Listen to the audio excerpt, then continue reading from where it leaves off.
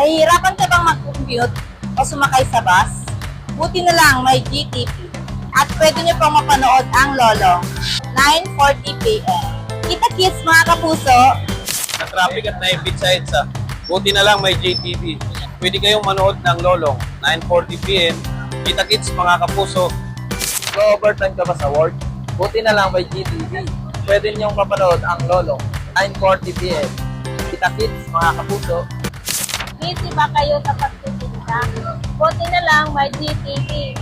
At pwede niyong mapanood ang Lolong, 9:40 p.m. Kita kids mga kapuso!